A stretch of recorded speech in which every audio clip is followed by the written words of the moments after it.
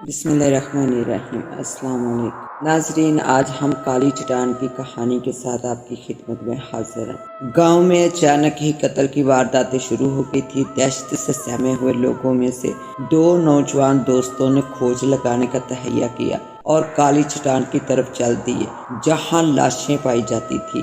لیکن کہانی میں آگے بڑھنے سے پہلے آپ تمام دوستوں سے التماس ہے کہ ہمارے چینل ذرا سی آہٹ کو سبسکرائب کر دیجیے، شکریہ۔ حضرات، ایک ضروری اعلان سنیے۔ اتنا کہتے ہی زور زور سے ڈول بجنے لگا اور پھر بجتا ہی گیا۔ مردوں، نوجوانوں اور بوڑھوں کی دوڑیں اس ڈول کی جانب لگ گئی۔ جب کبھی گاؤں میں اہم فیصلہ کرنا ہوتا تھا، پورے گاؤں میں منادی ہوا کرتی تھی، گلی گلی اعلان کروائے جاتے تھے۔ یہ گاؤں کا دستور تھا اور چودھری حشمت اللہ کی فطرت تھی۔ آج ڈول کیوں پیٹا جا رہا تھا، یہ سب جاننے کے لیے چودھری حشمت اللہ کے ڈیرے پہنچنا ضروری تھا۔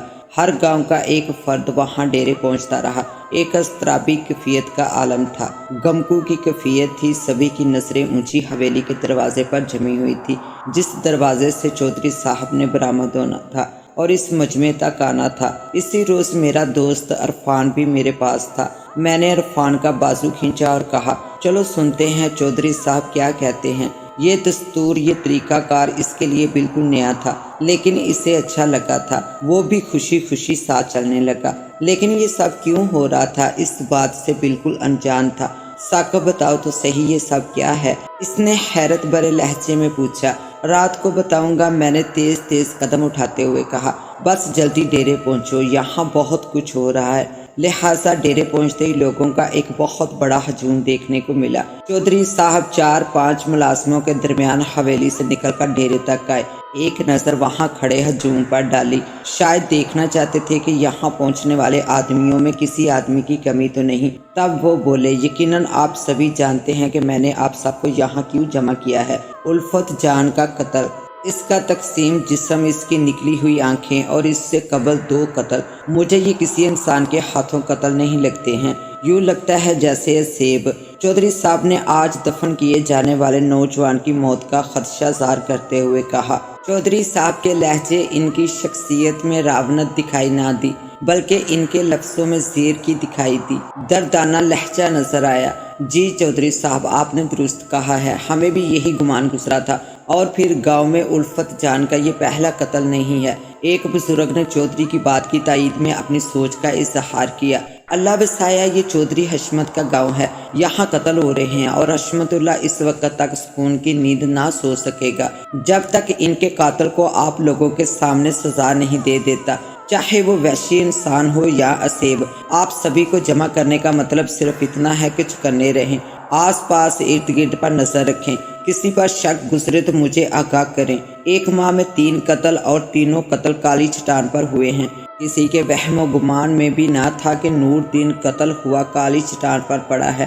ہم تو یہی خیال کرتے رہے کہ وہ اپنی بیٹی کے پاس گیا ہے، اس کی لاش گل سڑ چکی تھی۔ بہرحال تم لوگوں کے ذہن میں کوئی بات، کوئی حل ہو تو مجھے بتائیں۔ چودھری صاحب کی اس بات پر میں آگے بڑھا اور کہا، چودھری صاحب، ایک بات میرے ذہن کو جھنجھوڑ رہی ہے، اگر حکم کریں تو اپنی سوچ کا اظہار کروں، ہو سکتا ہے میری بات کچھ اثر رکھ سکے۔ ہاں ہاں ثاقب بیٹا، بولو، کیا بات تیرے دماغ میں آئی ہے، کھل کر اظہار کرو، چودھری صاحب نے دھیمے لہجے میں کہا۔ چودھری صاحب، بابا نور دین کے قتل کے بعد میں خفیہ طور پر کالی چٹان پر جاتا رہا ہوں، تاکہ جس طرح اس وحشی انسان نے بابا نور دین کی لاش کو 2 حصوں میں تقسیم کیا تھا، بالکل اسی طرح اس کے ٹکڑے کر سکوں۔ لیکن چٹان کا ایک ایک کونا چھان مارا، کالی راتوں میں چمکتی روشنی میں کبھی یہاں چٹان پر کسی انسان کا وجود دکھائی نہ دیا، سو اندازہ لگا لیا کہ یہ کام انسان کا نہیں، اسیب کا ہے، غیر مری قوتوں کا ہے۔ یہاں گاؤں میں کسی علم والے کو لانا چاہیے، اگر سایہ ہوا غیر مری قوتیں ہوئی تو علم والا اسے جلا کر بسم کر سکے گا، اور دوسری صورت میں اگر وہ سایہ نہ ہوا، کوئی گاؤں سے باہر کا آدمی ہوا، تو ہر رات 2 نوجوان کی ڈیوٹی لگا دی جائے کہ وہ نوجوان گاؤں کی حفاظت کرے، گاؤں سے لے کر کالی چٹان تک کی نگرانی کریں۔ واہ بیٹا واہ، داد دیتا ہوں تیرے دماغ کی، لگتا ہے میری طرح سبھی گاؤں والوں کو تیری یہ بات، یہ خیال دل کو بایا ہوگا۔ کیوں گاؤں والوں؟ چودھری حشمت اللہ نے گاؤں والوں سے پوچھا۔ ٹھیک ہے چودھری صاحب، ایسا ہی کرنا چاہیے، بلکہ آج ہی کرنا چاہیے۔ کیوں نہیں آج ہی کریں گے؟ کرم تین تم میری گاڑی پکڑو اور شہر سے کسی علم والے کو بلا کر لاؤ، اور آج رات 2 نوجوان لڑکے اس گاؤں کی نگرانی کریں گے۔ آج ثاقب کی ڈیوٹی لگاتا ہوں۔ ثاقب بیٹا، ان گاؤں والوں میں سے کسی ایک کو ساتھ ملا لو۔ میں نے عرفان کا ہاتھ پکڑا اور کہا، چودھری صاحب یہ میرا دوست ہے، گویا کہ شہر کا رہنے والا ہے، لیکن نہ ڈر ہے طاقت والا ہے۔ میرے ساتھ آج یہ گاؤں کی نگرانی کرے گا۔ ٹھیک ہے بیٹا، آج تم دونوں نگرانی کرو گے، لیکن ایک بات کا خیال رکھنا، اگر کوئی کالی چٹان یا آگے پیچھے مشکوک دکھائی دے تو اسے قتل نہیں کرنا، بلکہ اسے حویلی لانا ہے، تاکہ اس کا منہ کالا کر کے گاؤں کا چکر لگانے کے بعد اس کے جسم کے ٹکڑے کیے جائیں۔ چودھری صاحب نے حکم انداز میں کہا۔ جی چودھری صاحب، ایسا ہی ہوگا۔ اچھا اب تم سب لوگ جاؤ۔ چودھری صاحب کی اس بات پر لوگوں کا مجمع ختم ہو گیا۔ عرفان کے چہرے پر اضطرابی کیفیت نمایاں تھی کہ یہ اسیب کیا ہے۔ تب اس نے پوچھ ہی لیا، ثاقب کیا اسیب سایہ ان سب کا وجود ہے؟ اس بات پر میں مسکرا دیا اور کہا، صرف ان کا وجود ہی نہیں بلکہ یہ چیزیں انسانی زندگیوں سے کھیلتی ہیں، ان کی چیر پھاڑ کرتی ہیں۔ یار میں تو سمجھا تھا کہ یہ سب کتابی کہانیاں ہوتی ہیں، لیکن تیرے گاؤں آ کر ثاقب میں تو تیرے ساتھ کالی چٹان پر نہیں جاؤں گا۔ مجھے تو ڈر لگنے لگا ہے، خوفناک قسم کی داستانیں پڑھ کر خوفزدہ ہو جاتا ہوں۔ اگر کوئی بھیانک چہرہ سامنے آ گیا تو کیسے دیکھ پاؤں گا؟ نہ بابا نہ، میں نہ جاؤں گا، مجھے تو ابھی گاڑی پر سوار کر دو۔ میں تیرے پاس چند دن گزارنے آیا تھا کہ تیرے گاؤں کی سیر کروں گا، دیہاتی زندگی کو قریب سے دیکھوں گا۔ کبھی کسی گاؤں نہیں گیا تھا، لیکن اب میں ایک پل نہیں رکوں گا۔ عرفان کی باتیں سن کر میں ہنسنے لگا اور کہا، شہر میں بہت بولا کرتا تھا، کالج میں جن بوتوں کی باتیں کر کے دماغ خراب کیا کرتا تھا، اور اب عرفان نے میری بات کاٹتے ہوئے کہا، ثاقب وہ صرف باتیں تھی اور یہاں حقیقت، بس کہہ دیا نا کہ مجھے نہیں جانا کالی چٹان پر۔ کالی چٹان کتنا ڈرونا نام ہے، حوصلہ رکھ یار، میں تیرے ساتھ ہوں، کچھ نہیں ہوگا۔ اگر کوئی تجھے کچھ کہے گا تو سمجھ لینا صبح کا سورج وہ نہ دیکھ سکے گا، تڑپتی لاش دیکھے گا اس کی، اور پھر کوئی میری لاش سے گزر کر تجھ تک پہنچے گا۔ میں نے ہزاروں باتیں بنا کر عرفان کو رضامند کر لیا۔ تب عرفان بولا، ثاقب تم تو اپنے گاؤں کی شہر میں بہت تعریفیں کیا کرتے تھے، لیکن یہاں تو مجھے دور دور تک پھیلے ویرانوں اور سیاہ چٹانوں سے خوف آتا ہے۔ اس کی بات پر میں نے کہا، یار عرفان، دراصل ہمارا گاؤں ایک مثالی گاؤں تھا۔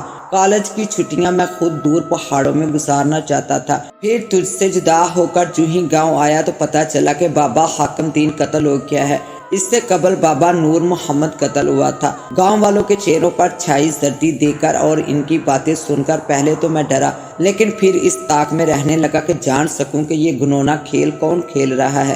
قتل کرنے کے بعد لاش کی بے حرمتی کون کرتا ہے؟ لیکن کچھ دکھائی نہ دیا۔ رات کو الفت جان قتل ہو گیا۔ اس کی لاش میں خود کالی چٹان سے اٹھا کر لایا ہوں، صبح دفن کیا ہے۔ تم پر کچھ ظاہر نہ ہونے دیا کہ تم چند دن گزارنے آئے تھے، میرا گاؤں دیکھنے آئے تھے۔ بہرحال میری باتیں عرفان بڑی دلجوئی سے سنے جا رہا تھا۔ تب بولا، ثاقب یہاں چند گھنٹوں میں بہت کچھ دیکھ چکا ہوں۔ سنا کرتا تھا کہ گاؤں کے چودھری جگیردار بہت ظالم ہوا کرتے ہیں، لیکن یہ چودھری حشمت اللہ خوش اخلاق اور اچھا انسان دکھائی دیا ہے۔ اس کی بات پر میں چونکا اور کہا، تم نے درست کہا تھا، یہ چودھری بھی کبھی صفاق اور وحشی انسان تھا، اس کے اندر بھی درندگی بری تھی، لیکن ان 3 قتلوں نے اس کے غرور کو خاک میں ملا دیا ہے۔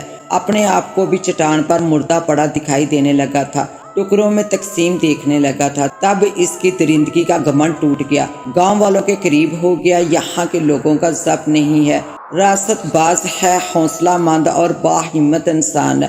گھر میں بیٹھے گاؤں والوں کی باتیں کرتے رہے کہ رات ہو گئی اور اندھیرا گہرا ہونے لگا، تو میں نے اپنا پستول، تیز دھار چاقو، ٹارچ وغیرہ لی اور عرفان کو لیے کالی چٹان کی جانب بڑھنے لگا۔ گاؤں کے سیاہ سناٹے سے ہر طرف سے چھائی خاموشی سے وہ خوفزدہ اور ڈرا ڈرا دکھائی دیا۔ عرفان کیا بات ہے، بولتے کیوں نہیں؟ میں نے اس کی آنکھوں کے ذریعے دل کو پرکھتے ہوئے کہا۔